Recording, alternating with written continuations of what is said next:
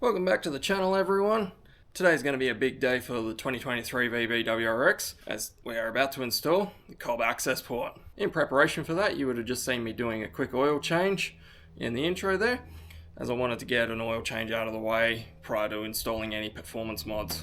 I'm not going to waste any more time, so let's get straight into it. For today's install, we're just going to need the Cobb Accessport, which is the Australian edition, making sure I've got the right code. To hold the Accessport, we've got the lovely vent mount from Andro Motorsport, so we're going to quickly install that one first, and then move on to the Accessport installation.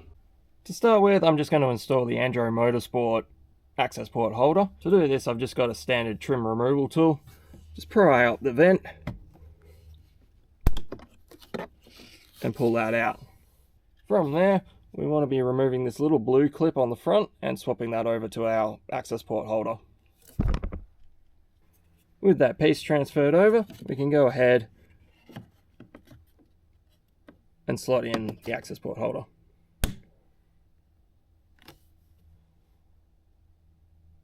To start the installation of the cable, I'm going to connect it up to the CAN port, which is underneath the dash. We're then going to remove a couple of trim pieces, including this vent, and then move on to routing it up behind the fuse box and into the Accessport holder. So to start with, we're just going to remove this side panel here, then we'll pull out the vent. From there, we'll route the cabling up through the fuse box behind the vent and into the actual Accessport holder. To do this, I've just got a standard trim piece removal tool. There seems to be a few gaps that we can fit this into, so I'll just start working my way through.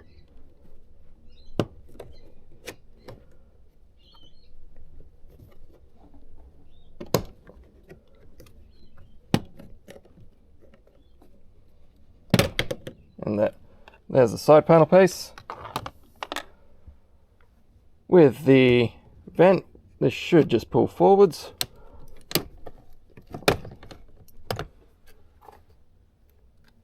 Just have a look on this side here. Just make sure this clip hasn't come out. Next, I'm going to route the cabling up from the bottom, coming in through the fuse box.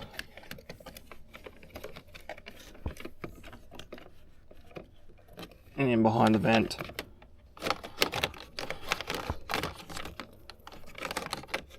There's quite a bit of area up here to stash the excess cable, so that'll be helpful. From here, I'm just going to feed this up into the...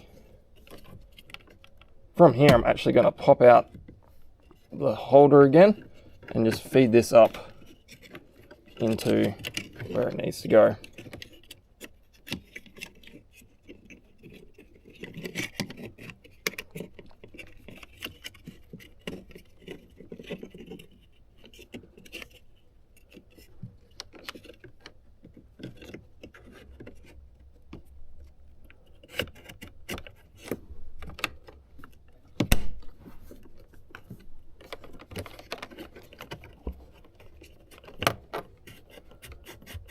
Trying to keep a bit of slack here in case I need to remove the Accessport by a fair mile. From here, I'm just going to cable tie up this slack, position it in, and replace all the trim pieces. Prior to installing the Cobb Accessport, I've just chucked on a trickle charge battery charger onto the battery. This will ensure we don't run out of battery or brick the ECU. Okay, time to actually get this installed, and let's go. This is the first time this Accessport has been installed on a vehicle, so I'm going to continue. So we've got a couple of maps on here. I run this car on 98, which is the equivalent of 93 over in the States. So we're going to select this one.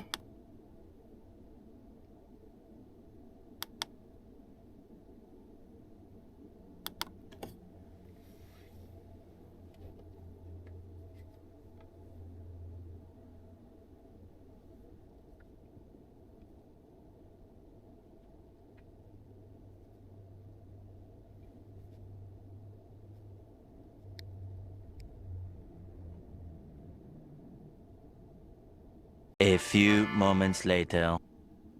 Flashing's nearly complete now, so I'm just going to wait for this last couple of percent.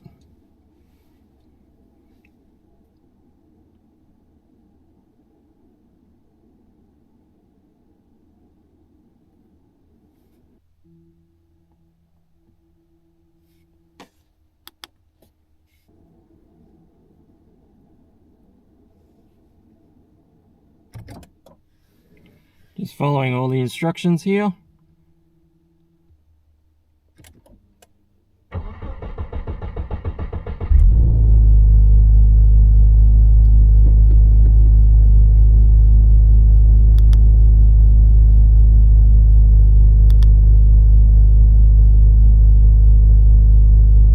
And there we go. Accessport has been successfully installed. To configure the gauges on the Cobb Accessport, we just scroll through to the gauge page, hit the setup, and we can configure the gauge layout, change the units.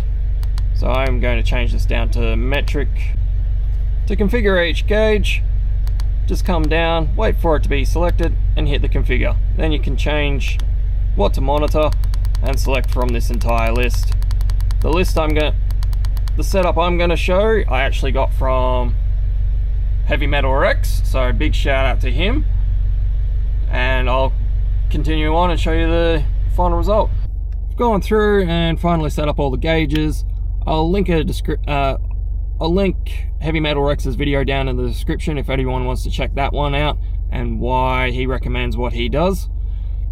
Just a quick overview. I've got the DAM or Dynamic Advanced Multiplier, feedback knock, fine knock learn, AF learning 1, AF sense ratio, and a boost gauge. This one I'll probably change to something else in the near future as I get ideas of what I need to monitor on this Rex. But for now, that is the Cobb Accessport installed. Let's go take it out for a quick drive and see what difference it has made.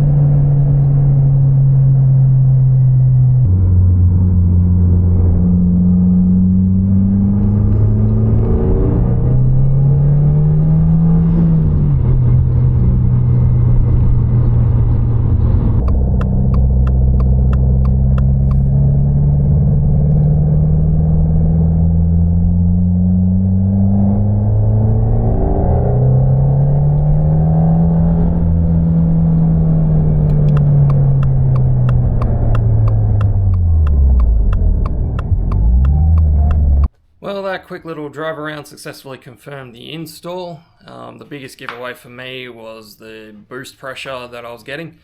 Prior to the install of that, I was getting, I think it's 0.87 kPa. I'll do the translation down here on the bottom of the screen. And now it's up over 1 kPa, which I think is about the equivalent of 14 psi. So we've definitely given the engine a bit more boost. Going forwards and long term, the Accessport will help us install some new parts. I'll be able to get some pre-made E-tunes to load up when we go for the likes of, say, downpipes and intakes without having to go get a Pro Tune. Long term though, we are looking at a Pro Tune, hopefully using the Cobb software, and that'll give this vehicle the best chance it has. Just want to point out to those thinking about doing this that this does void your warranty, so just double check you want to go ahead with this before installing it. I was a little hesitant, and I've actually had the Cobb Accessport sitting around for about a month prior to doing this, but it's installed now, so more fun for me in the future. Unfortunately, that's all I've got for you on this one, so if you want to keep track of how this car goes in the near future with the next round of mods, make sure you subscribe. Don't forget to like the video to keep the algorithm happy, and I'll see you in the next one.